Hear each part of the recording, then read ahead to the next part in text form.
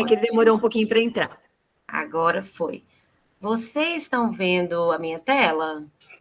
Com os slides compartilhados? Sim. Sim? Tá. Passa então, aí um para a gente ver se está passando. Vou passar. Passou? Pronto, tá ok. Ótimo. Então, hoje a gente vai conversar sobre os viés cognitivos mais comuns da emergência. No decorrer da aula, eu vou explicar um pouco para vocês sobre o que são esses vieses. E daí eu vou compartilhar casos clínicos que eu já vivenciei e que eu caí em algum viés ou que meus colegas ali que estavam à minha volta caíram junto comigo em algum viés. E aprendi muito com esses casos que eu vivenciei, né? E aí, logo após esses casos, a gente vai ter uma perguntinha sobre qual viés vocês acham que é aquele ali que aconteceu naquele caso, tá bom? Para a gente começar a testar as enquetes, eu queria que vocês começassem respondendo essa daqui. Então, de qual cidade que você está assistindo? Quem tiver no celular, basta ler esse QR Code que está aqui no canto inferior esquerdo da tela, tá? Quem tiver assistindo do computador e tiver com o celular na mão, né? Então, é só ler aqui o QR Code que já vai dar lá direto. Quem tiver no celular, pode trocar a janela e aí você vai digitar no navegador esse endereço que está aqui em cima, mente.com, e daí você vai colocar esse código assim que você entrar nesse site, que é o 82520837. Então, aí já está aparecendo, ó, o pessoal colocando, né? Criciúma, Botucatu, Porto Alegre, acho que eu sei quem são essas pessoas que conseguiram, né? Alguém coloca Belo Horizonte aí para representar a gente. Eu não consegui ainda. Mas as enquetes são isso, né, gente? Direto dá errado, por isso que eu falei que eu fui ousada hoje na minha proposta de trazer as enquetes, mas vamos ver se dá certo, né? Ó, aparecendo aí. 8 pessoas já conseguiram colocar. Botucatu brilhando aí. Todo mundo conseguiu? Alguém quer uma dica aí de como fazer? Ó, 9. Belo Horizonte apareceu aqui, umazinha, Ouro Preto.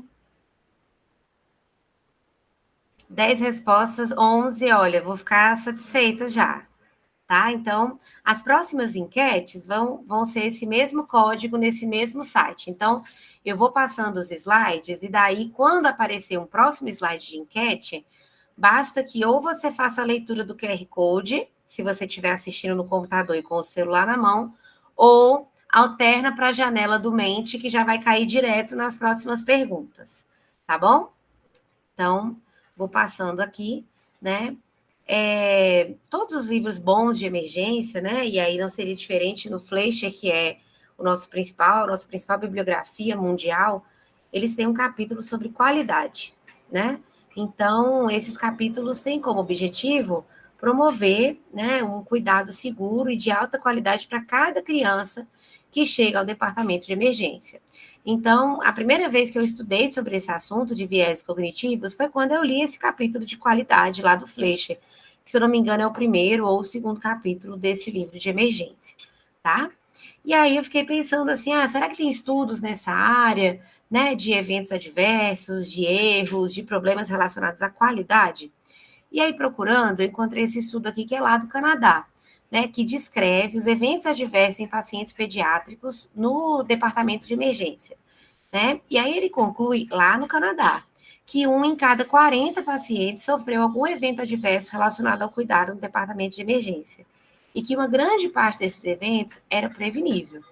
Então, imagina, gente, se isso acontece lá no Canadá, que é um país rico, que tem um sistema de saúde extremamente organizado, e eles têm um resultado como esse, imagina o que acontece na nossa realidade, né? Então, às vezes, até brinco com os alunos ou com os residentes, que é mais seguro você estar andando no centro da cidade às 2 horas da manhã do que você estar lá dentro do hospital, né? Porque o hospital é um lugar extremamente perigoso, porque muito problema, muita coisa de errado pode acontecer com você enquanto você está lá dentro. E um desses problemas que podem acontecer, né, são os erros diagnósticos, que aí são considerados a próxima barreira na segurança do paciente.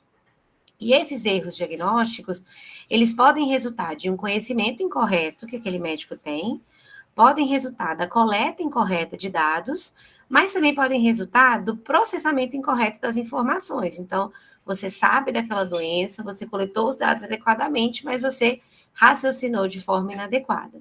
E daí os vieses cognitivos, eles podem estar presentes em qualquer um dessas causas de erro que eu apontei aqui para vocês.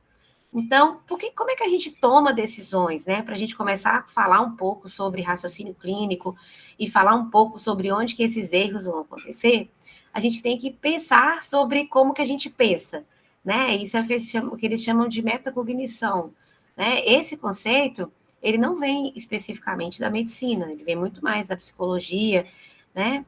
E quando você vai pesquisar sobre esse assunto, você encontra isso em outras literaturas não médicas também.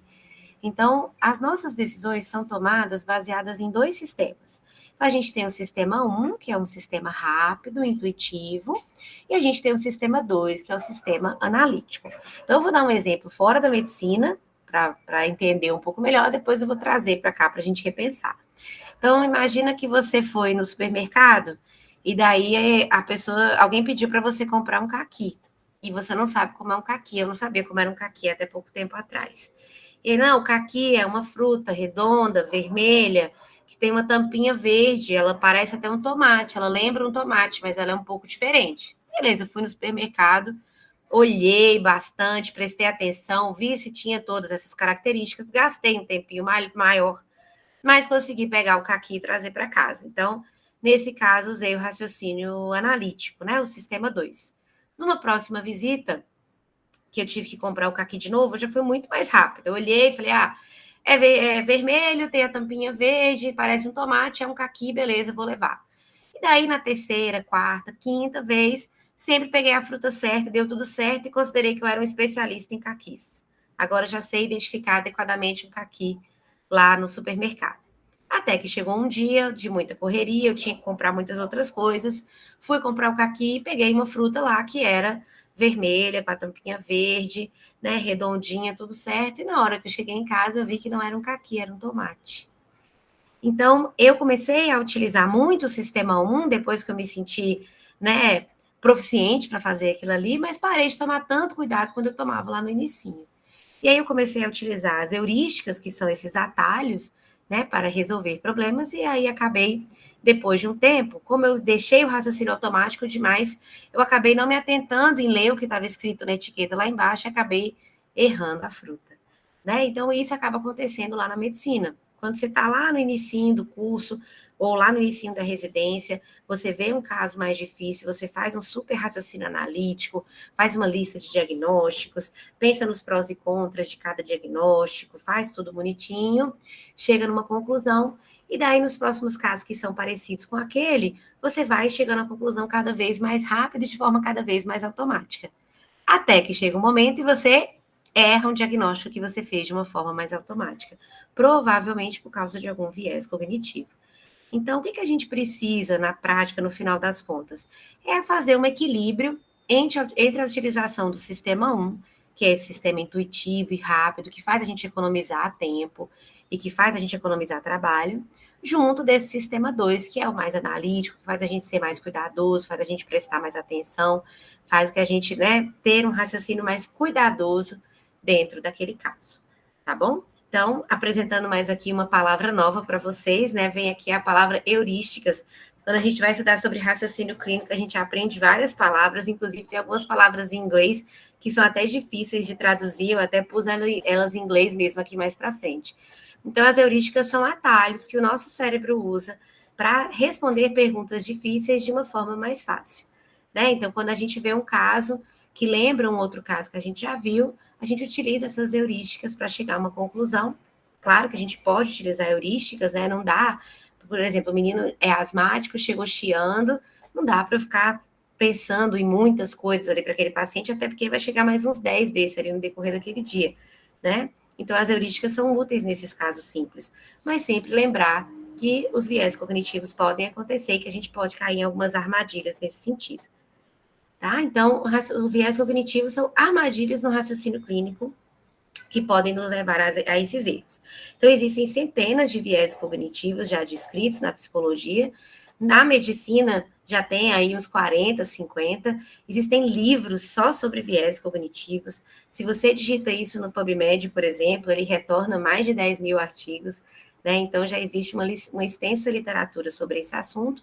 Mas quando a gente vai ler sobre como evitar cair nos viés cognitivos, as conclusões não são muito certas, assim, né?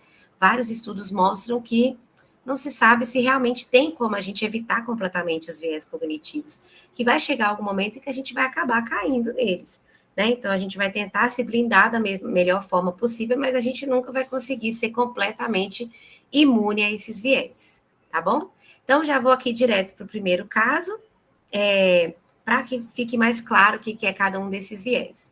Então, é um paciente de 5 anos, lembrando, gente, que esses casos todos são reais, né? São casos que já aconteceram, e daí, quando eu fui lendo sobre os viés mais comuns, eu fui lembrando de casos que eu já tinha vivido, né? Então, é um paciente de 5 anos que chega ao hospital com quadro de vômito e sonolência. Não tem diarreia, não tem febre associada.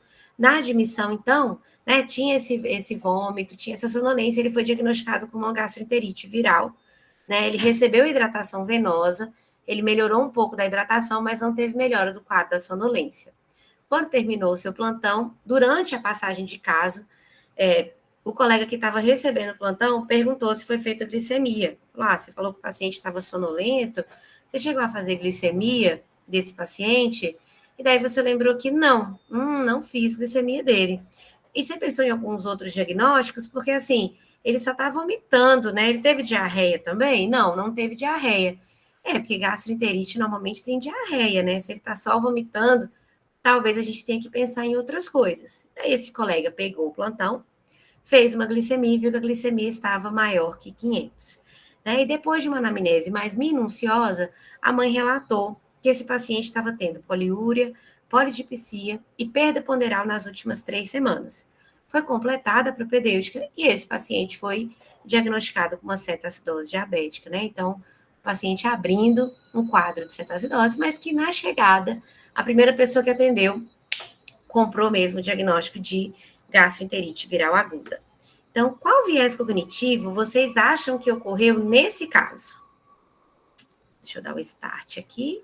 Então, é a mesma coisa lá da outra, ou vocês podem ler o QR Code, ou vocês entram nesse site, mente.com, e aí colocam esse código, 82520837. Ó, já temos uma resposta. Então, é bom que vocês já veem aí que as respostas são anônimas, né? Não aparece a pessoa. Ótimo, mais uma resposta aqui no viés de enquadramento. Ó, uma aqui, viés de enquadramento ganhando, hein, gente? E aí, quem mais? Ninguém acha que é viés de agregação? Talvez um viés de confirmação? Fechamento prematuro? Todo mundo vai no enquadramento mesmo? Dou-lhe uma, dou-lhe duas. 10 respostas, já vou ficar satisfeita.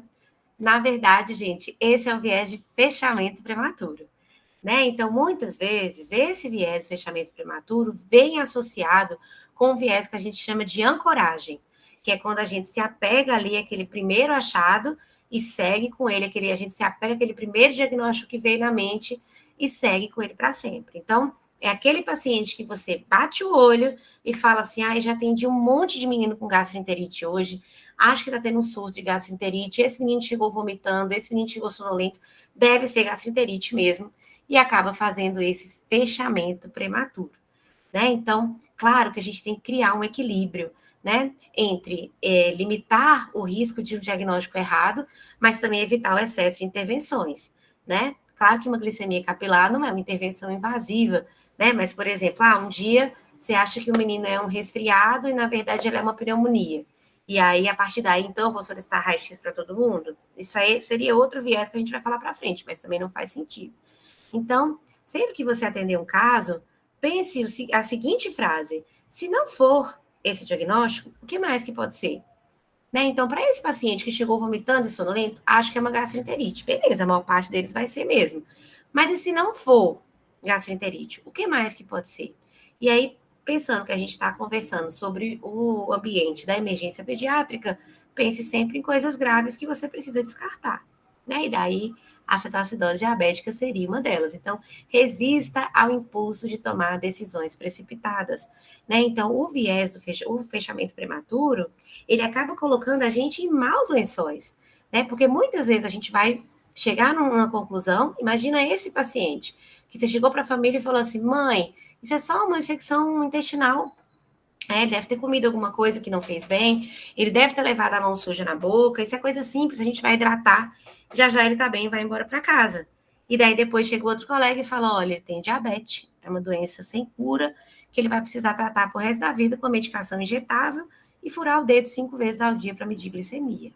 Então imagina como isso também te deixa em maus lençóis com a família, né, que passa também a não confiar tanto naquela equipe, porque cada hora cada um fala uma coisa diferente, né, então resista ao impulso de tomar decisões precipitadas, né? Então, raciocine, pense, se não for isso, o que mais que pode ser, né? E crie um equilíbrio, faça lista de problemas e, a partir daí, listas de hipóteses diagnósticas para explicar esses problemas. Isso pode ajudar a evitar o fechamento prematuro, né? Sempre que tiver um protocolo do serviço, utilize, né, protocolos objetivos para te ajudar ali naquele raciocínio, tá bom?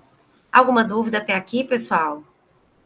Eu vi que, né, alguém mandou alguma mensagem no chat, acho que no final vai ser mais fácil a gente discutir, né? Vou continuando aqui com o segundo. Então, durante o final de semana, você participou de um curso muito bom sobre lesões dermatológicas no pronto atendimento, né? E nesse curso você ficou muito marcado por uma apresentação sobre doença de Kawasaki. E aí você relembrou os critérios diagnósticos, né? Então, na segunda-feira, você estava de plantão, né? O seu curso foi no final de semana, na segunda-feira você estava de plantão e atendeu uma criança com exantema e febre há 5 dias. E daí, nesse momento, você falou assim, nossa, lembrei daquela aula maravilhosa que eu assisti sobre Kawasaki, né? Impressionante que quando a gente estuda alguma coisa, chega no plantão, aparece o caso para a gente, né? Não sei se vocês já tiveram essa sensação. Então, o paciente tinha linfonodos cervicais, ele tinha hiperemia de orofaringe, e a mãe relatava que durante a febre, a criança ficava com o olho vermelho. Você falou assim, nossa, tudo de Kawasaki ele tem, né? Mais ou menos, né? Linfonodos cervicais, não era um linfonodo acima de 1 centímetro, né? A faringe é só hiperemiada, mas beleza, você falou, cara, só pode ser Kawasaki. Ele tem exantema, ele tem febre há 5 dias, nas extremidades. Você observou uma discreta descamação só na ponta ali do dedo direito, né? E aí, baseado nesse achado, você pensou como é impressionante que durante o final de semana você teve uma aula de Kawasaki e agora você está tendo a oportunidade de diagnosticar um Kawasaki. E daí, então, você internou essa criança para ela fazer o tratamento com a imunoglobulina. Foi para casa, voltou uma semana depois, e aí você foi lá ter notícias sobre esse paciente e você ficou sabendo que a criança, quando saiu o resultado dos exames, tinha um hemograma com uma linfocitose importante, que foi feita uma sorologia IgM para Epstein-Barr que veio positiva. E daí o paciente recebeu alta com o diagnóstico de mononucleose, né? E sem receber imunoglobulina, obviamente. E aí, quando você parou para repensar, realmente esse paciente tinha muito mais achados sugestivos de mononucleose do que de doença de Kawasaki. Então, qual viés cognitivo vocês acham que aconteceu nesse caso? Mesma coisa, né? Quem tiver no computador, lê o QR Code com o celular. Quem tiver no celular, é só voltar lá para a janela do Mente que já vai aparecer. Então, viés do momento diagnóstico, viés afetivo. Quem mais? Momento diagnóstico ganhando até o momento, mas o viés afetivo caminhando aí paralelamente. Viés de agregação, aqui ganhou um voto também. Ó, o afetivo aí ganhando mais um. Dou-lhe uma, dou-lhe duas. Então, na verdade, gente, é o que não ganhou nenhum voto. Esse é o viés de disponibilidade, né? Então, você escolhe o diagnóstico que está mais disponível na sua mente. Então, ele tende a acontecer quando você estuda um determinado assunto, né? Então, você estudou um assunto, você vai acabar procurando mais esse diagnóstico nos pacientes, ou então quando um caso é muito marcante, né? Então, você atende um paciente com um caso marcante para você, e aí você começa a achar que todo mundo tem aquilo ali. Né? Então, uma vez a gente diagnosticou uma pancreatite num menino, que a gente custou a chegar nessa conclusão, e aí depois todo mundo que eu via vomitando, eu pensava, deve estar com pancreatite. Né? Então, o viés de disponibilidade é que origina muitas vezes aquela frase, em medicina tudo vem aos pares. Né? Então, na verdade, você vê um caso, ele te deixa marcado, e a partir daí você começa a procurar esse caso de forma muito mais frequente nos outros pacientes. Né? Eu sinto que com a gente lá no hospital aconteceu muito relacionado à SIMP, né? Que é aquele Kawasaki, aquela doença, aquela síndrome que parece um Kawasaki pós-Covid, né? Eu lembro que teve uma determinada época que a gente achava que todo mundo tinha SIMP, que é uma condição super rara, né? Então, quando você tender a achar que uma condição rara está acontecendo muitas vezes, né? É muito provável que isso seja um viés de disponibilidade. Claro, né, gente, que às vezes vai acabar acontecendo mesmo, né? De uma doença rara ter um pequeno surto ali, ela se tornar um pouco mais frequente, mas sempre se questione, sempre fale assim, passei a vida inteira sem ver isso, e agora eu tô vendo isso nessa frequência toda. Será que tem alguma coisa de errado com esses diagnósticos? Será que é isso mesmo? Né? Será que a gente não teria que pensar em outras possibilidades? Né? Então, viés de disponibilidade é esse que a gente utiliza o primeiro diagnóstico, aquele que está mais disponível na nossa mente, tá? Então, para evitar o viés de disponibilidade, lembrando assim que essa disponibilidade ela não é necessariamente ruim, não, né? Tem uma outra frase célebre da medicina que é: a gente só dá bom dia para quem a gente conhece. Então, a gente só tem como diagnosticar doenças que a gente conhece. Então, é muito importante eu ter um bom arsenal de doenças disponíveis, mas considere outras alternativas sempre, né? Pense sempre, se não for esse diagnóstico, o que mais que pode ser, né? E limite a sua dependência da memória. Então, por exemplo, se é uma apresentação atípica, se é um paciente com um quadro que não é comum para você, consulte um sumário, né? Pegue um livro de emergência, ele é separado por sintomas e não por doenças. E aí veja, olha, diante dos pacientes que têm esse determinado sintoma, o que mais que eu preciso pensar? Né? Quais são as outras doenças que eu tenho que pensar? Então, outro dia, foi essa semana ou semana passada, a gente estava com uma menininha com um edema aqui na parte mais perto da articulação do cotovelo. E aí essa menininha já tinha passado por uma avaliação do ortopedista, que tinha descartado causas ortopédicas. Ela internou, foi semana passada, foi no feriado. Ela internou no finalzinho da tarde, a gente pensou numa celulite. Já que o ortopedista já tinha visto e tal, pensamos lá na possibilidade de uma celulite, e aí fizemos até ultrassom, parecia que tinha aquele sinal de calçamento no subcutâneo, internamos ela para tomar antibiótico, chegou no outro dia, a menina não tinha melhorado nada, estava morrendo de dor, e a gente chegou até a fazer uma morfina. E daí eu pensei, gente, que coisa estranha, essa celulite está muito esquisita. Deixa eu dar uma olhada no que pode dar um edema localizado no membro. Daí abri o Fleischer para dar uma lida e aí tava lá, fratura. Falei, a mãe nega qualquer trauma e o ortopedista já avaliou, mas, cara, fratura tá parecendo uma boa possibilidade. Vamos pedir o ortopedista para rever. E daí realmente era uma fratura, e uma fratura dessas relacionadas a maus tratos, inclusive.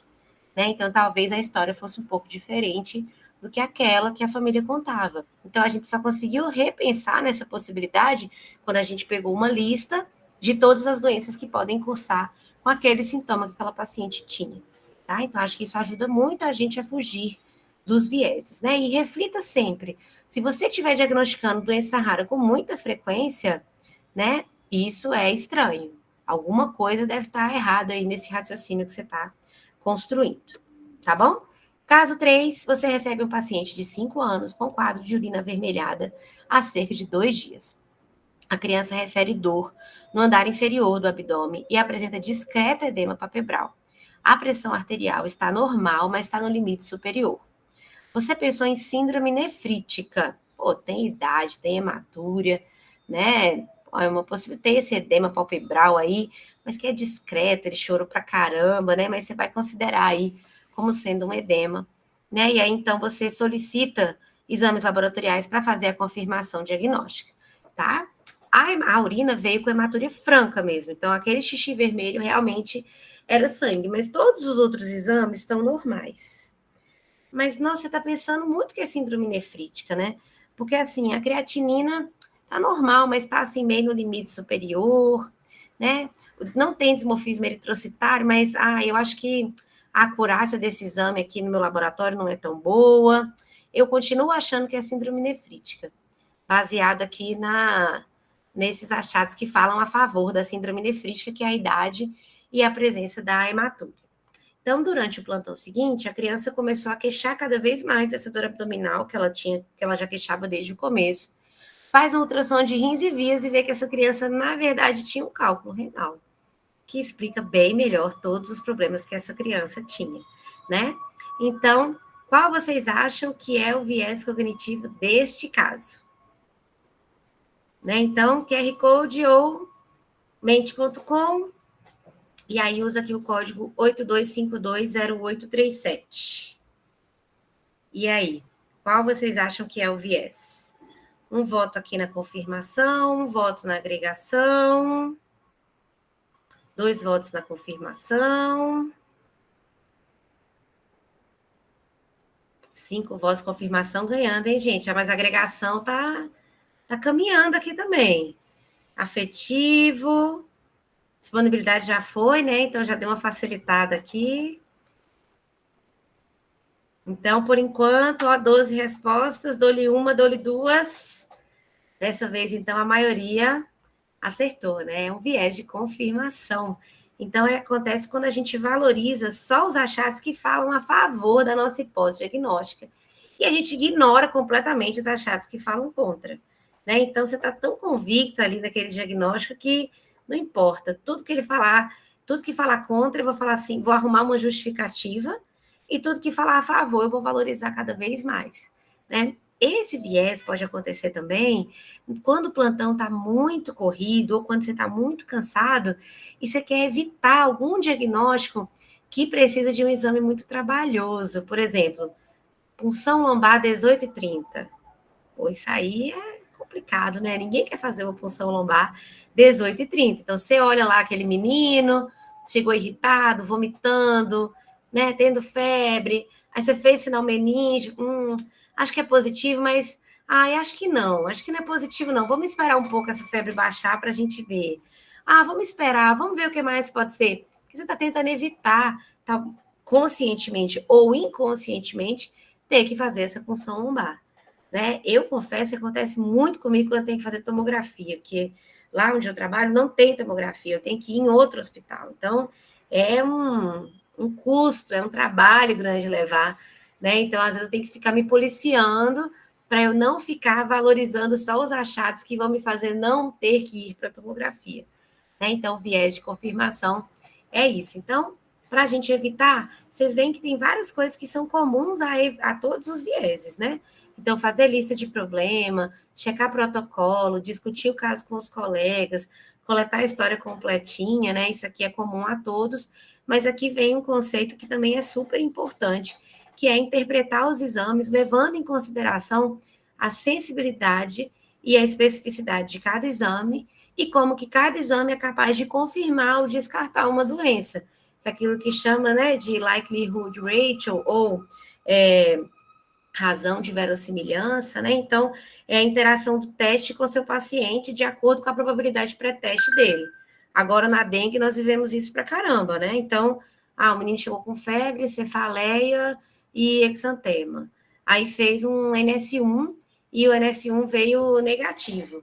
Tá, esse teste, ele não tem sensibilidade suficiente para descartar a dengue, considerando que a probabilidade pré-teste daquele paciente no meio de uma epidemia de dengue é muito grande. Né? Então, além de levar em consideração o teste, leve em consideração a probabilidade pré-teste do seu paciente. Interprete o exame no contexto daquele paciente que você solicitou. Né? E outra coisa, só interprete exame que também vai mudar a sua conduta e a sua forma de pensar. Né? Porque às vezes os residentes falam assim, mas será que a gente não colhe o hemograma? Tá, para quê? O que o hemograma vai mudar? Né? O que o hemograma vai mudar nesse paciente aqui que a gente está conduzindo? Muitas vezes a resposta é nada, Porque se vier leucocitose, a gente vai dar antibiótico, e se não vier, a gente vai dar do mesmo jeito, porque a gente já diagnosticou aqui uma doença bacteriana, né? Então, sempre interpretar de acordo com as especificidades de cada paciente. Caso 4, paciente de 10 anos é atendido com queixa de dor abdominal e febre. A dor é muito intensa na admissão e a mãe está muito preocupada com esse quadro abdominal. A coleta da anamnese é difícil, porque a mãe sempre volta o foco para a dor abdominal e fala que o menino não tem mais nenhum sintoma, tá? A avaliação clínica é prejudicada, porque o paciente está com muita dor agora. Você vê que ele tem taquicardia e tem taquipneia, e lá naquele momento você atribui essa alteração de dados vitais à dor, tá? Por conta da idade, né, 10 anos com dor na barriga, pô, você pensa muito na possibilidade de apendicite. E aí, solicita um ultrassom de abdômen que acaba vindo completamente normal. Você faz uma analgesia adequada, conversa novamente com a mãe, e aí, fazendo uma anamnese mais minuciosa, você descobre que ele estava tendo uma queixa de falta de ar.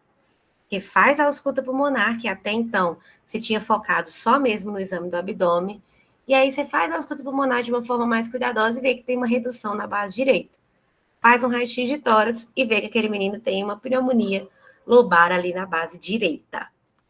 E aí, qual foi o viés que aconteceu nesse caso?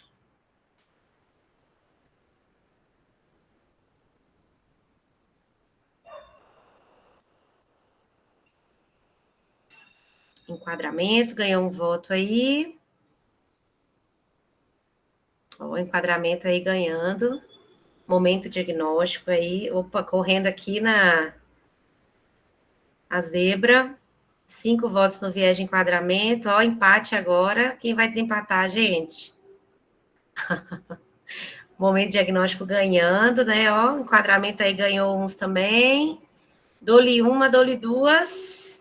Momento diagnóstico ganhou, mas na verdade esse é o viés de enquadramento, né? Que é a forma como o raciocínio clínico é influenciado pela forma como os dados são apresentados, né? Então, pode ocorrer também naqueles pacientes que têm uma comorbidade, e daí a gente pensa só nas coisas relacionadas à comorbidade, né? Já aconteceu comigo uma vez, um paciente com anemia falciforme, chegou com dor abdominal, pensei em crise álgica, fiz dipirona, ibuprofeno, morfina, fiz um tanto de remédio para analgesia para ele, e esse menino não melhorava por nada. Fui refazer o meu raciocínio clínico e daí o paciente tinha, na verdade, uma apendicite, né? E a gente lá medicando como se fosse crise álgica. Então, tomar cuidado, tanto nesses pacientes com comorbidades, em que eu vou direcionar o raciocínio clínico do que ele tem só para coisas relacionadas à comorbidade, quanto na forma como o caso é passado para você, né? Então, às vezes, até a forma como o colega te passa o caso, para quem é preceptor, para quem é professor, a forma como o aluno ou o residente passa o caso, vai acabar fazendo você prestar mais atenção em determinados pontos que não necessariamente são o foco mesmo, né? Então, tente diferenciar o motivo de preocupação da família e o motivo de preocupação sua, e direciona a anamnese para tentar investigar melhor, né? Então, nesse caso, por exemplo, está diante de um paciente com taquipneia, pode ser que seja por causa da dor? Pode, mas, pô, taquipneia, vou ter que pesquisar outras coisas. Ele tem queixado falta de ar? Tá tossindo? Tá com o nariz escorrendo? Né? Teve mais alguma coisa? Então, direcionar mais a anamnese, tirar um pouco do foco daquela queixa principal, né? E sempre pensar em diagnósticos diferenciais para aquela manifestação. Então, em crianças, né, a pneumonia muitas vezes se manifesta como dor abdominal. Caso 5, você está pegando um plantão caótico na sala de decisão clínica de um hospital, né? Durante a passagem, o colega informa que tem vários bebês com bronquiolite na observação e que a maioria tem história clínica e exame muito parecido. E que nesse momento ele está até confundindo qualquer qual, porque tem uns 15 bebês com a mesma idade, o mesmo peso e o mesmo quadro, né? Um desses bebês, que foi passado com bronquiolite, está tendo febre alta lá naquele momento. Você pede para medicar e observa o padrão respiratório. Esse paciente evoluiu com necessidade de intubação depois de um tempo durante o plantão. E aí, depois do procedimento, você faz uma radiografia de tórax e observa uma grande consolidação na base direita. Então, diagnostica uma pneumonia bacteriana. Quando você volta para coletar de novo a história, você descobre que aquele bebê já tinha febre há 5 dias e que a curva térmica estava cada vez pior. Mas como você comprou esse diagnóstico que foi te passado, você nem tinha pensado em investigar isso aí antes. E aí, quando você foi atentar para a ausculta pulmonar, você percebeu que realmente tinha uma redução lá naquela região onde tem a consolidação, né? Ali na base direita. E aí, qual viés cognitivo aconteceu nesse caso?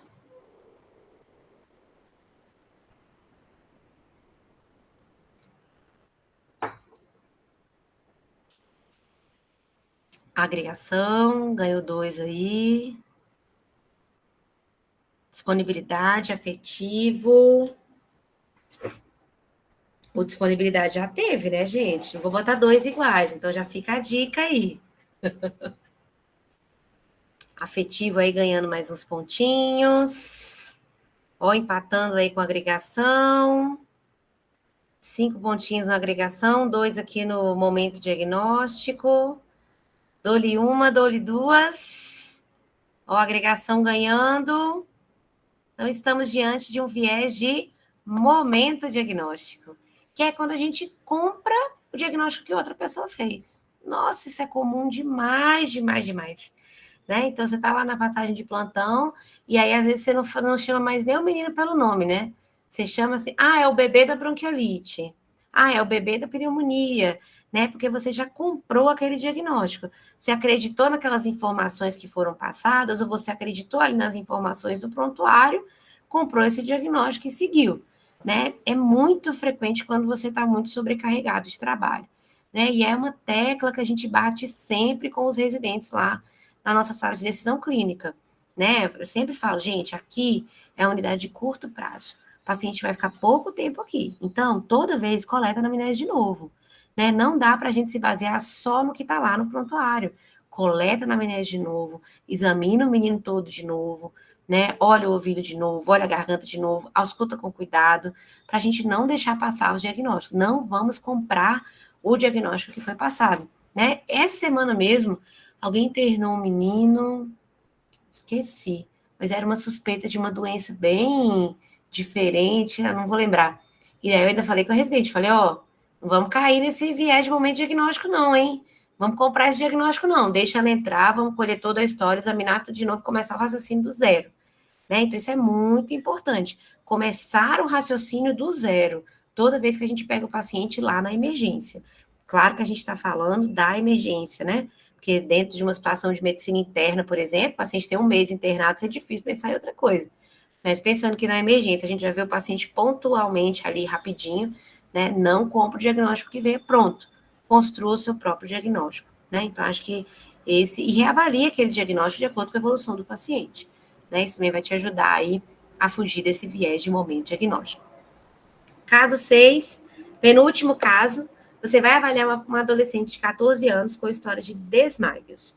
Durante a coleta da anamnese, a mãe informa que o último evento aconteceu depois de uma briga com a mãe. A menina brigou com a mãe, daí desmaiou, e acha que ela pode estar fingindo, tá? A mãe refere que no último mês tem achado o comportamento da filha estranho. E no exame físico, você não vê alterações. Então, considerando, né, a idade, adolescente, né, menina, esse contexto, né, dessa briga com a mãe e tal, você considerou que não tem substrato orgânico para isso que aconteceu, né, e libera ela para casa com orientação de ir para psicoterapia. Isso aí, né, não deve ser nenhuma doença, deve ter sido lá por causa do momento que vocês brigaram, né, você nem examinou muito o menino ali, que você viu que já estava com cara que era piti mesmo, e mandou o paciente para casa. Uma semana depois, essa adolescente retorna tendo crises convulsivas, é feita uma extensa propedêutica e o resultado do líquido foi positivo para anticorpos anti-NMDA, confirmando encefalite autoimune. Essa paciente, inclusive, eu não participei do caso dela propriamente dito, mas eu analisei o caso dela na comissão de óbito. Então, ela veio várias vezes ao pronto atendimento, não só no nosso serviço, mas em vários outros, ela chegou a internar em outros lugares, sempre achando que ela só estava fazendo um piti, né? E sempre sendo liberada para casa até chegar nesse diagnóstico. E essa mudança de comportamento que a mãe estava percebendo já era por conta dessa encefalite autoimune, tá? Então, qual viés cognitivo aconteceu nesse caso?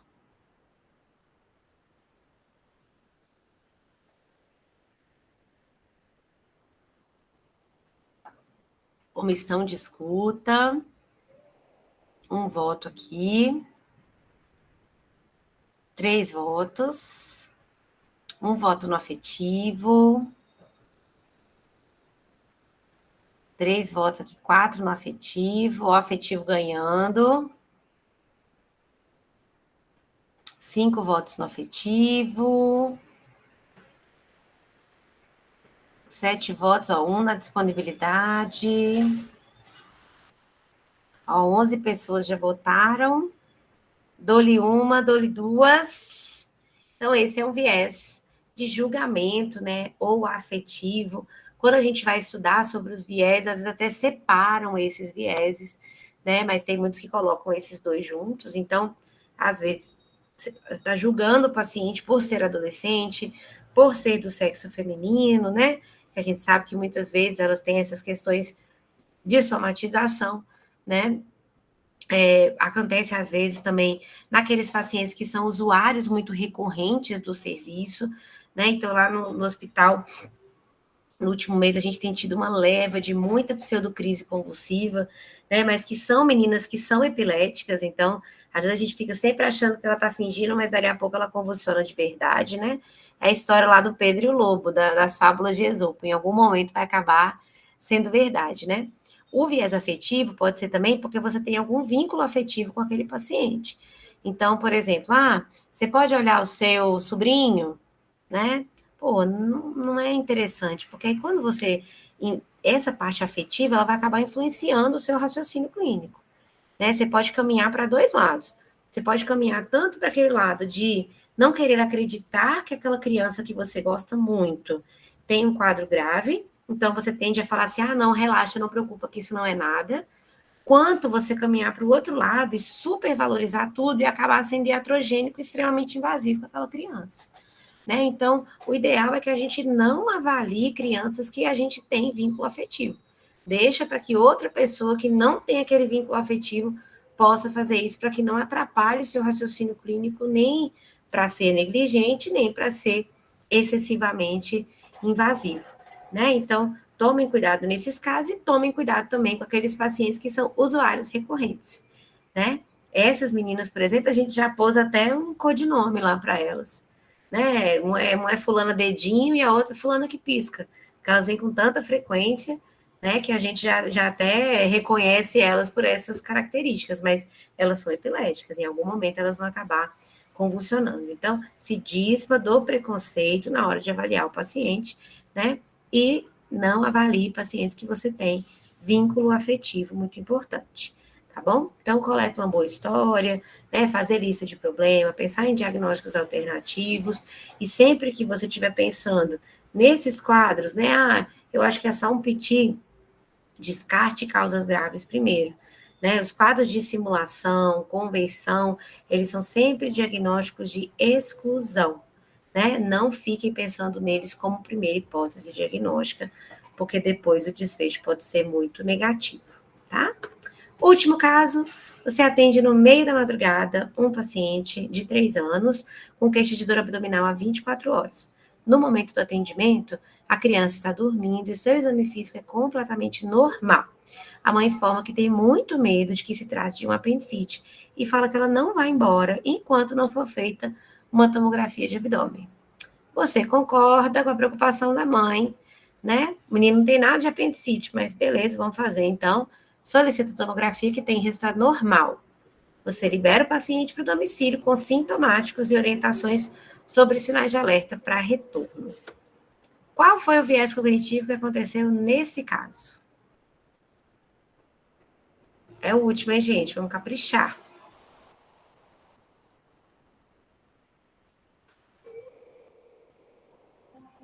Comissão. O que mais? Omissão. Confirmação. Omissão.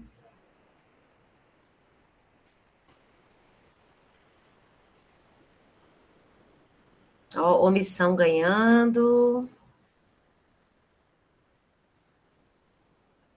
Então, dou-lhe 1, dou-lhe 2.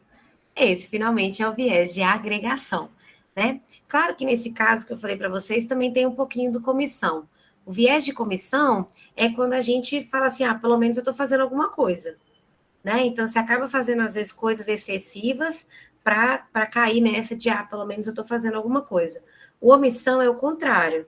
Não vou fazer nada porque pelo menos eu não vou prejudicar esse paciente em nada, mas você prejudica porque não fez o que ele precisava que fosse feito. Tá? Então, o viés de agregação é quando você acha que o seu paciente não é contemplado pelos estudos. Né? Então, por exemplo, isso aqui acontece direto com bronquiolite. Então, o bebê de 1 mês com bronquiolite, nunca nenhum estudo mostrou benefício, né, de salbutamol nos bebês de 1 mês com bronquiolite. Mas mesmo assim a pessoa insiste em fazer, porque o paciente dela melhora, né? É só o paciente dela que melhora, nenhum outro melhora. Então, esse menino do caso, por exemplo, ele não tinha nada de apendicite, né? Se você for pensar no quadro clínico, nos dados agregados desse paciente, ele não tinha por que ter feito um exame de imagem, ainda mais tomografia, que é uma quantidade absurda de radiação. Né? Então, você não seguiu os protocolos para atender aquele paciente. Você acabou cedendo ali à pressão da mãe, considerou que pode ser que ele seja uma apresentação, né, que está completamente fora da descrição daquela apresentação de apendicite, e acabou fazendo um exame que é desnecessário. Né? Então, muitas vezes é mais fácil fazer o que a família quer do que fornecer a melhor abordagem para aquele paciente. E aí a gente acaba caindo nesse viés da agregação. Né? Aí, se esse menino que não tem cara nenhuma de ser apendicite, que nem tem dor agora, tiver uma apendicite, se ele tiver, depois ele volta. Né? Se você vai orientar sinais de alarme, ele vai retornar. Se os sintomas ficarem característicos, para que você faça aquele diagnóstico. Né? Fazer tomografia em todo mundo que chega com dor abdominal não é a solução. Né? Então, sempre reflita sobre as suas decisões. Eu estou fazendo isso porque eu realmente acho que meu paciente precisa, ou eu estou cedendo uma pressão, ou eu estou considerando que meu paciente é muito diferente do que todos os pacientes que já foram estudados com essa doença, né?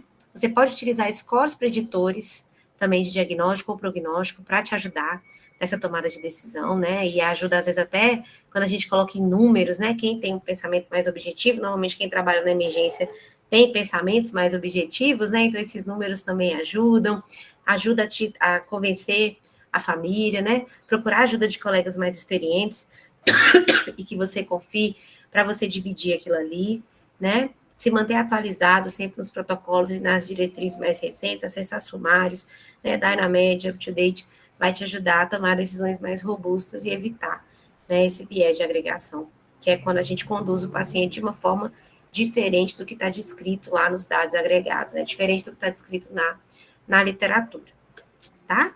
Então, foi passando os casos e fui mostrando para vocês várias estratégias para a gente, né, desenviesar o nosso raciocínio. Foi a forma que eu encontrei como traduzir essa palavra, né? Eu não vou pronunciar, gente, porque, né, não preciso passar essa vergonha aqui em rede nacional. Mas aí eu achei esse artigo que é bem legal, que faz uma revisão dos erros cognitivos, né, dos viés cognitivos na medicina de emergência, e aí a conclusão que ele chega é que não existem evidências que essas ferramentas que a gente, né, descreve aqui para desenviesar o raciocínio, elas são realmente eficientes. Então, voltando ao que eu falei lá no início da aula, nós nunca ficaremos imunes aos raciocínios, né? Errar faz parte do ser humano. Então, a gente está sempre... É sempre possível que aconteça com a gente, então é muito importante a gente sempre, né, ter a humildade de reconhecer que errou e melhorar para que esse erro não repita no próximo caso. Então, de mensagens, né, para passar para vocês, acho que uma boa coleta de anamnese e um exame físico direcionado ajuda a iniciar o raciocínio clínico, né? Sempre faça listas de problemas organizados, principalmente quando você não estiver diante de casos que estão dentro da sua zona de conforto, né? Sempre que possível, estabeleça pelo menos 3 hipóteses diagnósticas para explicar aquele problema. Leve em conta a acurácia dos testes e a probabilidade pré-teste do paciente para fazer a interpretação de exame. Né? Tenha acesso fácil e rápido a sumários. Né? Não tenha preguiça, né, de dar uma lidinha no Dynamed, dar uma lidinha no UpToDate para revisar aquele assunto. Discuta com os colegas e pense sobre o seu raciocínio clínico.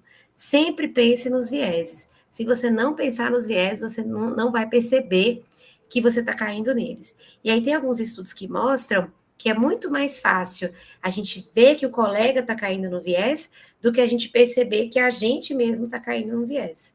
Né? Então, eu acho que se a gente cria no serviço essa cultura de conversar sobre os vieses, vai ser muito mais fácil dos colegas reconhecerem entre si e, assim, proteger o paciente do erro diagnóstico. Então, só para mostrar para vocês, né? Acho que nem todo mundo, a maioria aqui não deve ser da emergência pediátrica, então, só para mostrar para vocês como que a gente estuda, né? Então, muitas vezes a gente não estuda pela doença, a gente estuda pelo sintoma. Né? Então, esse aqui é o Fleischer, que é a nossa principal literatura dentro da emergência pediátrica, e aí eu fiz um print aqui dos capítulos só para mostrar para vocês como é que é dividido. Então, aqui, ó, dor no abdômen, né? Dor torácica, dor de disfagia, dor de disúria, dor de cabeça, dor nas articulações, dor escrotal. Então, a gente estuda o sintoma para depois chegar na doença, né? Então, assim, é muito mais fácil da gente conseguir construir o raciocínio clínico, pensar nos diagnósticos diferenciais e reduzir a chance do erro diagnóstico, porque abolir essa chance nunca vai acontecer. Né? Então, aqui está as referências, depois posso compartilhar também, né? E o meu contato aqui, caso, né, queiram tirar alguma dúvida, alguma coisa assim. E também a gente está, né, toda quinzena aqui no MEP, né? Podemos ir discutindo e abrir para discussão agora.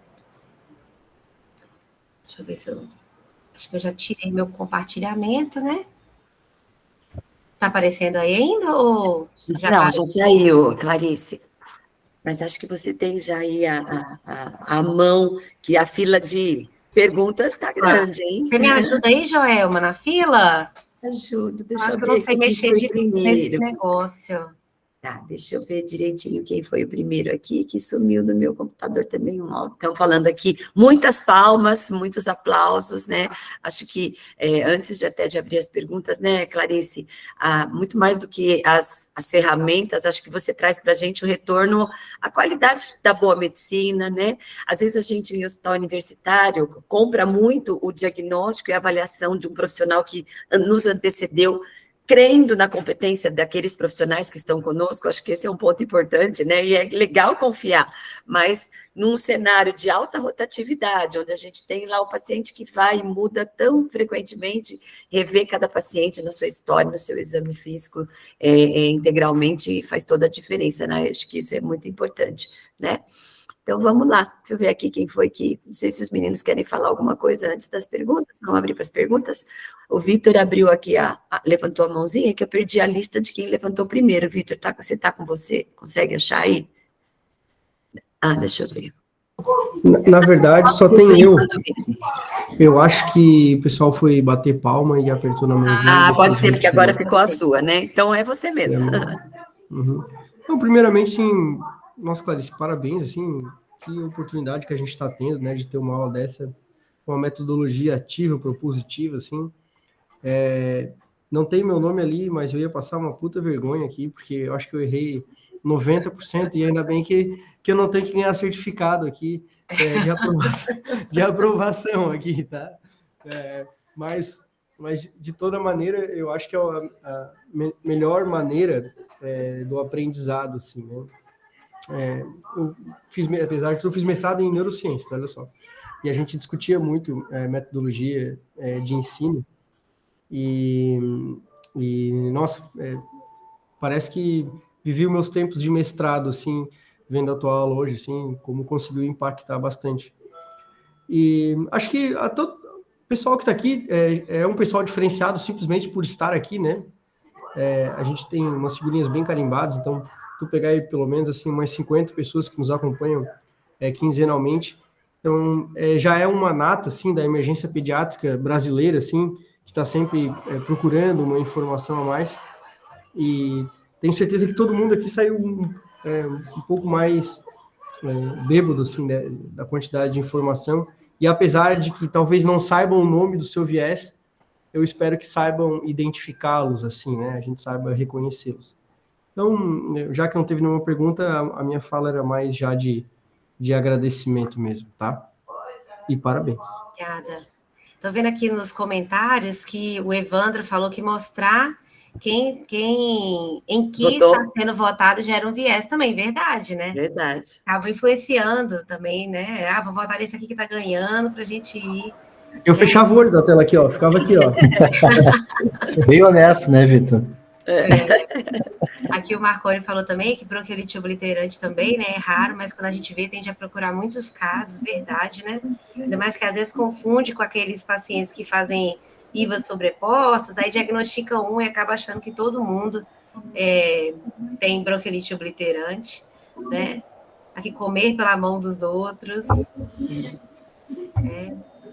O João também tinha levantado a mão, claro.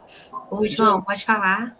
Então, eu faço bem menos emergência que vocês, eu faço muito mais terapia intensiva e internação. E fiquei pensando, assistindo a tua aula, assim, primeiro que eu já compartilhei com os meus residentes todos, fotografei os 2 últimos slides, porque são importante tu seguir uma linha de raciocínio e pensar a respeito do que tu está fazendo. Se na internação já é complexo esses vieses, mas a gente tem tempo na internação. Na emergência, que tu tens 12 horas, 24 horas, eventualmente, né? Dependendo do que tipo de emergência está trabalhando, isso se torna muito mais complexo de ser feito. Mas eu achei muito interessante essa postura de não aceitar o diagnóstico que chega para ti, né? Então, esse diagnóstico tem que ser questionado, tem que ser repensado, porque eu fiquei pensando naquela mononucleose se que tivesse recebido um pool de imunoglobulina desnecessário, né? Ou até aí, talvez melhorasse um pouco os sintomas da mononucleose, só que totalmente desnecessário. E eu queria só ilustrar, assim, dentro desse contexto, um caso que eu atendi de dor abdominal, que é uma caixinha de surpresa, todo mundo sabe isso, né? Um menino de 4 anos. Só que eu tive tempo, né? 3 idas à emergência com dor abdominal, 3 ecografias normais. E dor abdominal, nenhum sintoma mais, assim, de palidez, emagrecimento, mas era uma coisa que a criança já era um prematuro, que já não comia direito. Na 4ª ecografia, daí comigo internado, com ecografista pediátrico, uma baita lesão de cólon, uma colite. Eu disse, pô, tá, é uma colite. Tá desfeita, é uma colite, pronto. Coletou coprocultura, coletou todas as coisas, mas não fechava, assim, porque não tinha uma diarreia. Ele era, inclusive, mais constipado, né?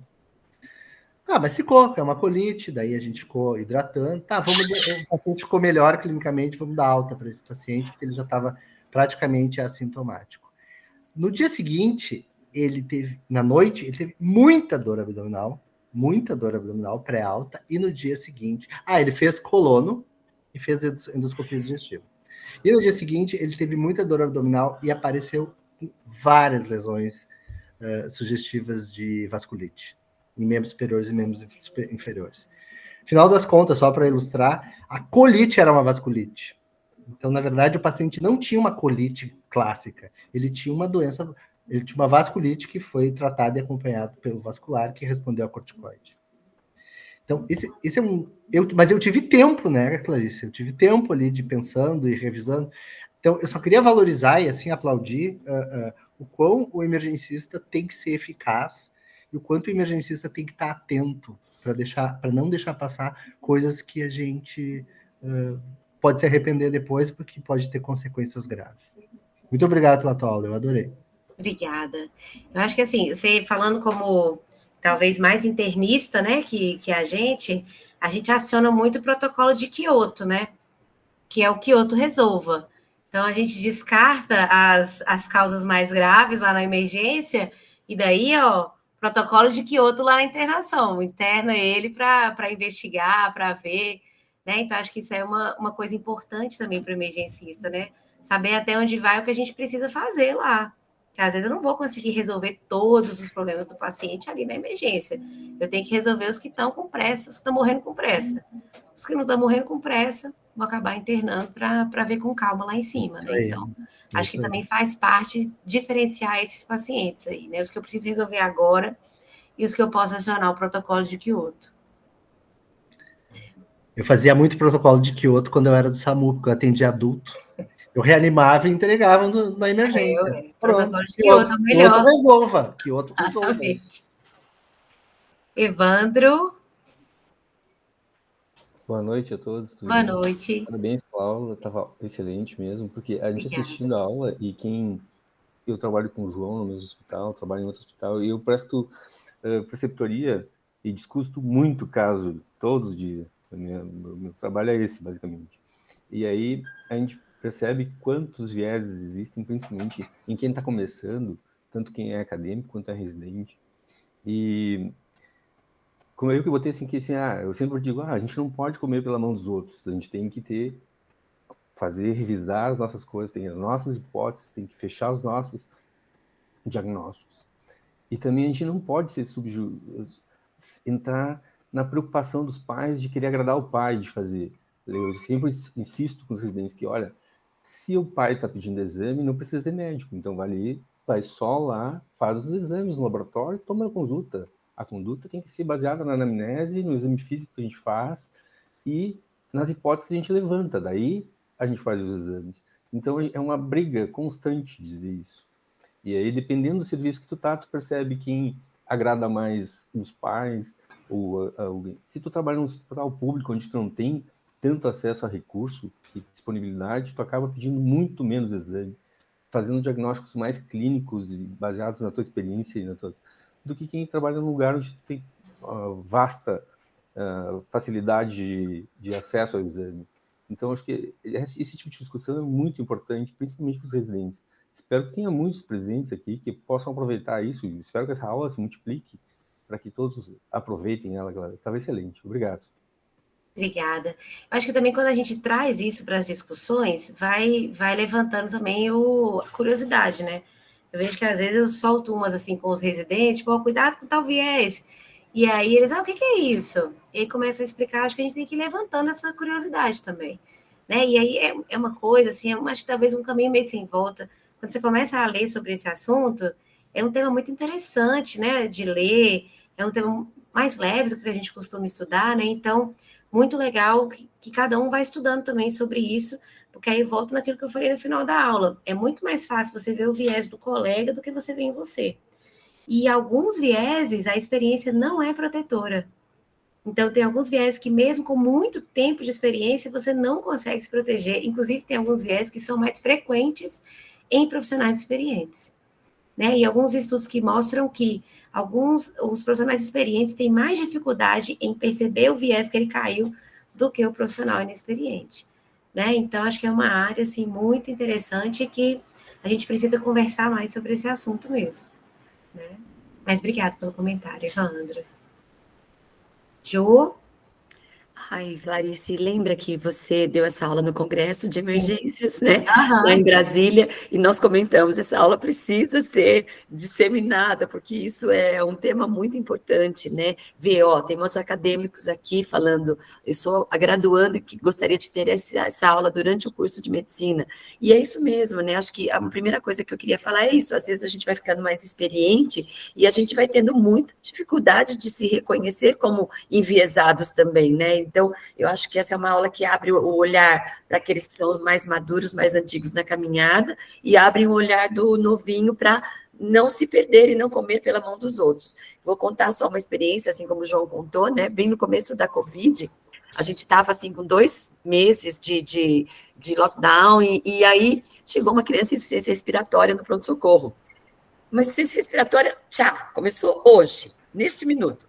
Os residentes entubaram assim brilhantemente, depois começaram a me ligar desesperadamente. Jô, pelo amor de Deus, eu acho que a gente está com Covid, porque a gente entubou sem EPI, uma criança muito grave com insuficiência respiratória e tal. Falei, calma, gente, calma. Foi para nós na UTI lá, sabe, João? Chegou lá, a criança com uma baita de uma telectasia no ápice do pulmão direito. Calma, gente, vamos ver a história, calma. Mas acho que a gente está com Covid, o que nós vamos tomar, não sei o que, enfim.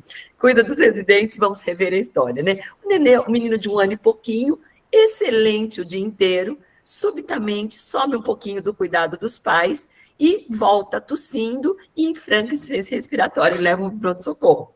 né? Bom, sumarizando aí a história, o que que era? Era um corpo estranho, ele engasgou com um brinquedinho que ele mexeu lá atrás do tubo.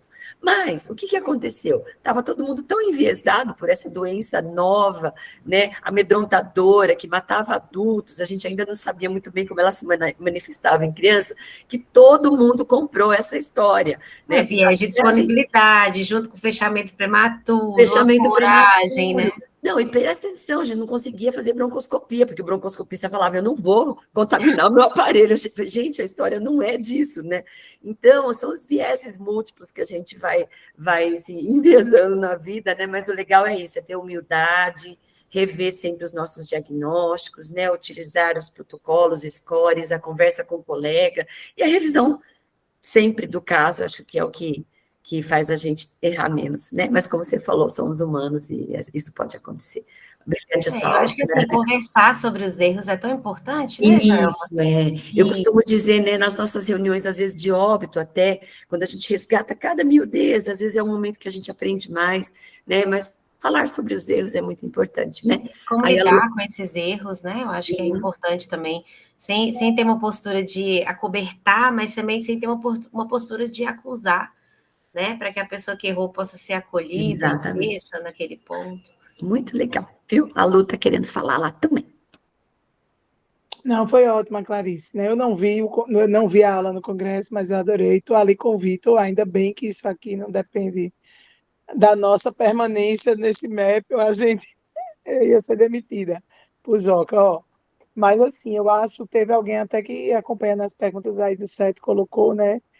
São duas coisas, eu vejo escuto com muita frequência. Eu faço a tutoria com os R3 de pediatria aqui do IMIP e com muita frequência a gente discute um tema e quando é na próxima semana, doutora Lu, olha só porque a gente discutiu aquilo. Tem isso também, e às vezes é mesmo, né? Coisas que eles não imaginavam mesmo, porque de fato o conhecimento adquirido gera esse diagnóstico, mas tem isso, né? Mas eu acho que assim, meu comentário, eu acho que é mais assim, culturalmente, a gente aceita muito pouco as críticas, né? E às vezes a gente nem não vai atrás, né, de saber o que houve com o paciente. O pessoal mais jovem às vezes tem mais esse perfil do que a gente, que às vezes já está ali há algum tempo na estrada, de ir atrás, de saber o que aconteceu, de recentemente a gente teve também uma situação parecida. Eu atendi uma paciente na emergência sexta-noite, 3h30 da manhã, chegou uma menina que tinha um diagnóstico de dermatopolimiosite, com um quadro assim muito sugestivo de uma dengue, mas que usava corticoide cronicamente, então faltava febre, fica aquela coisa, aquela dúvida. Infelizmente, essa paciente teve um desfecho desfavorável, né? E aí, na terça, quando eu cheguei com a equipe do plantão, a gente passou ali uns 40 minutos discutindo, né, o que é que poderia ter sido, com a equipe que pegou depois, que levou para a UTI e tudo, ó, como é que evoluiu, como é que foram os exames, o que é que poderia ter sido. Eu acho que isso é super importante. E, assim, atualmente eu estou fazendo meu doutorado em qualidade de cuidado também, né, qualidade de assistência. E é uma coisa que, assim, a própria Organização Mundial de Saúde, né, a gente tem um documento publicado em 2018 que ele bota lá os padrões de qualidade de atendimento em emergência e em unidade de internação, e é um tema pouco estudado no Brasil, né? Mas, assim, uma das coisas é exatamente isso, de saber se, com que frequência você, enquanto profissional de saúde, recebe seu chefe lhe dando retornos, né? Alguém superior a você fazendo. Esse é um dos itens que está no nosso questionário lá de avaliação de qualidade de assistência.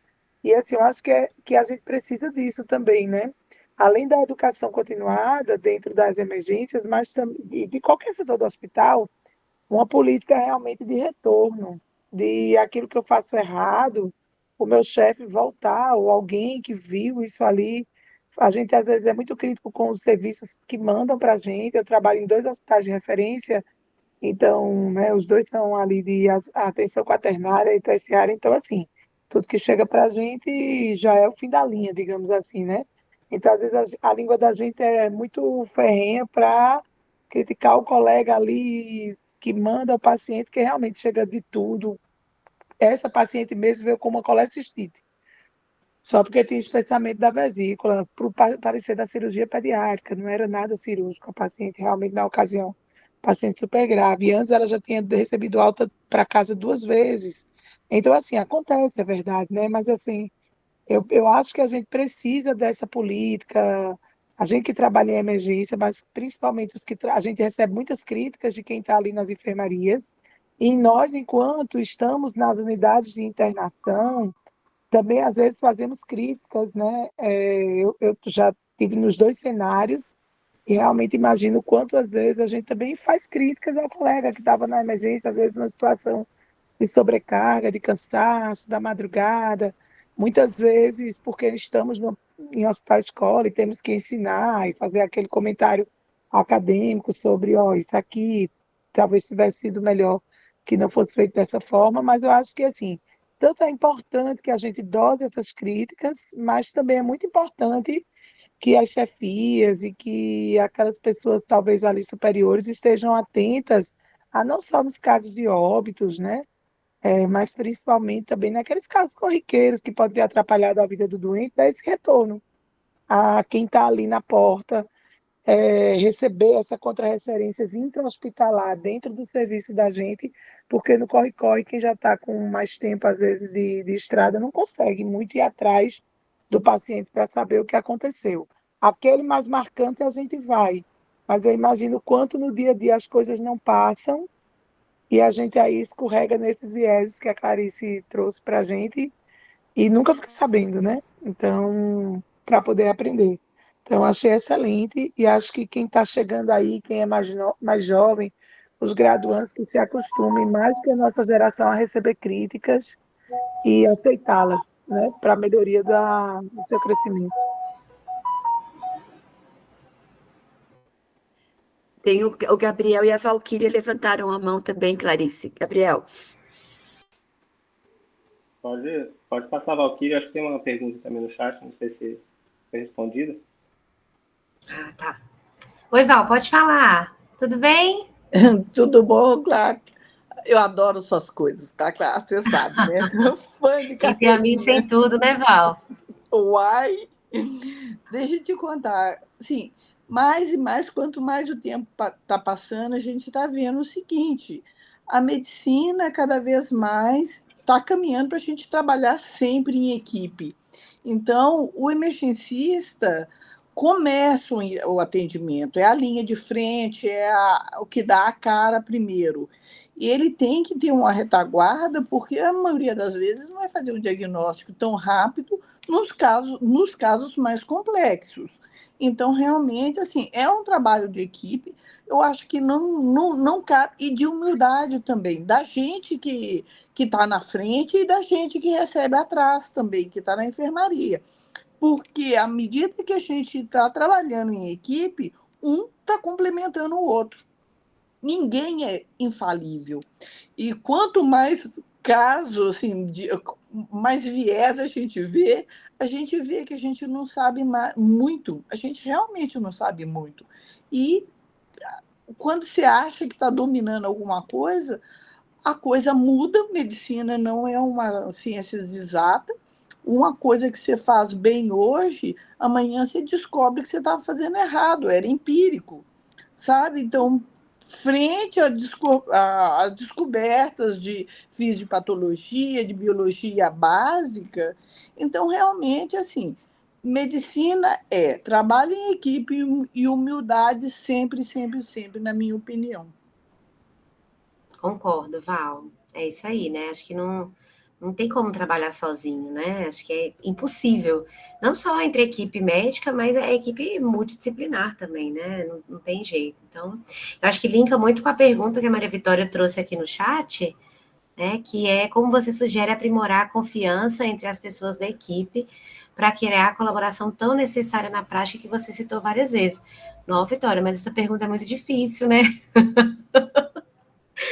É difícil mesmo, né? Sem dúvida, assim, acho que acaba que essa questão de consultar o colega vai muito daquele colega que você mais confia, né? Daquele colega que você admira, mas eu acho que realmente seria muito importante sistematizar isso dentro do hospital, né? Alguém tem alguma ideia aí, gente?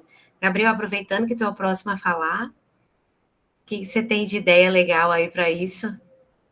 Jogou aí a batata quente pra gente, né? Uma coisa que, né, a gente tem o privilégio o João Paulo II de trabalhar em dupla, né, na emergência, né? Então a gente frequentemente faz um huddle, né, do plantão, né? A gente revê o passômetro, né, uma ou duas vezes no turno, e é uma oportunidade para o colega falar, né, comentar sobre aquele caso que você discutiu, né?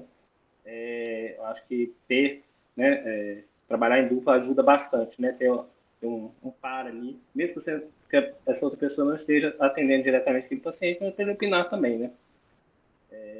Então, acho que essa é uma estratégia ali a quente, né?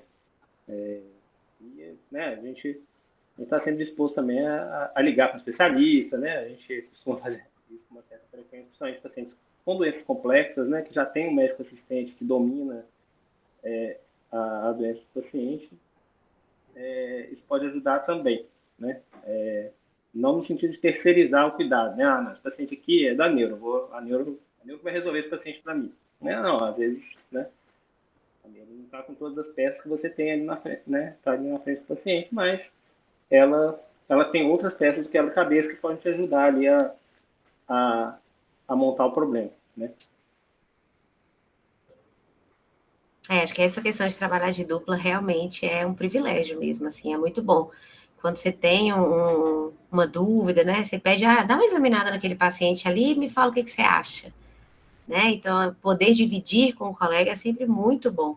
Eu acho que é por isso que eu duro tanto lá no CGP e não durei nos outros empregos que eu já tive, porque eu sempre tive que trabalhar sozinha nos outros lugares, e é muito ruim não ter com quem dividir, né? E lá no CGP a gente pode dividir, assim, com pessoas muito grandes, né? Então, a gente confia muito, né, na nossa dupla de plantão, mas a gente foi estabelecendo isso na nossa relação de confiança que foi crescendo, mas eu acho que seria importante mesmo tornar isso maior e além do nosso setor, né? Nathalie, você é a próxima. Olá, boa noite. Boa noite. Eu sou Nathalie, sou de Ribeirão Preto. A pergunta em relação ao como a gente pode fazer com que diminua esses vieses, o que eu faço no meu serviço? Eu sou responsável pelas reuniões clínicas. Então, o que a gente faz? Uma vez por mês, nós nos juntamos e fazemos uma videoaula falando realmente dos pontos mais práticos da emergência pediátrica. Então, por exemplo, agora amanhã vai ser sobre ortopedia para emergencistas pediátricos, coisas assim que a gente realmente não é especialista, mas que a gente precisa se atentar. E outra coisa também, a cada 2 meses, a gente seleciona alguns casos que deixaram a gente de cabelo em pé, e aí a gente faz essa discussão, igual nós estamos fazendo aqui agora, para realmente nos enriquecer. E, além disso, como eu sou responsável pelos protocolos do serviço aqui de Ribeirão Preto, eu sei o final, o que deu com a criança. Eu sei que se a criança foi a óbito, eu sei se a criança teve uma evolução desfavorável na UTI, ou se ela melhorou em 2, 3 dias na enfermaria. E a gente discute isso com os plantonistas responsáveis que passaram por essa criança. E isso facilita bastante. Por quê? Porque eles percebem o que aconteceu, eles veem qual é o viés que aconteceu, né? E o mais importante é que os demais, nessa reunião, eles costumam também perceber, nossa, eu também pensaria em tal coisa e não era. E aí isso facilita bastante, sabe? Essa que é a minha experiência aqui em Ribeirão Preto. Muito legal. Obrigada por compartilhar, viu, Nathalie? Acho que é muito importante, né, ter esse momento, assim, às vezes o ensino é muito focado em aquisição de conhecimentos específicos das doenças, né, e claro que isso é importante, óbvio, mas acho que essa outra parte de como que a gente vai chegar nesses diagnósticos também é fundamental, né? Acho que nós já estamos avançando aqui no nosso horário, né, 8h25 já, a gente tenta sempre manter a pontualidade para garantir que todo mundo sempre volte, não fico preocupada em a gente passar da hora, né? Quero muito agradecer. Esse é um tema que eu gosto muito de estudar, então eu fiquei feliz em poder compartilhar com vocês aí um pouquinho do que eu já vivi, do que eu já aprendi. Obrigada pelos comentários, pela participação, por que vocês compartilharam também, né? Sempre uma alegria estar aqui. E daqui 15 dias é com você, né, Lu? Isso, assim, né? É com o pessoal daqui, de cima. Não é com o pessoal daí de baixo, daqui de cima, né? Do Mas sabe que eu Nordeste. sou de cima A também, reunião né, da gente Lu? vai ser Do meio comentar. para cima, agora Não, de eu sou cima. do Depois Ceará, eu sou cearense, Lu. Eu sou de cima também. Diga, só tô por aí, né? É, A gente vai falar, né? Vamos ter uma discussão sobre sequência rápida de intubação, né? Chegando aí também para o pessoal mais de baixo, clima frio, né? Começa aí também a lotar todas as bronquiolites e seus vieses todos, que tudo é bronquiolite. A gente aqui tá nessa fase já, então pós-carnaval dura até sei lá quando, as emergências todas cheias, mas aí é para discutir um pouquinho sequência rápida de intubação, uma coisa bem prática, né? Do dia a dia aí também para o pessoal mais jovem, os residentes, graduandos, e quem está mais tempo dá aquela revisada. fechou então, pessoal. Boa noite, muito Tchau, obrigada a pessoal. Boa todos, noite. aos Obrigada a todos. sobreviventes. Tchau, tchau, pessoal. Tchau, Boa tchau. noite, foi ótimo.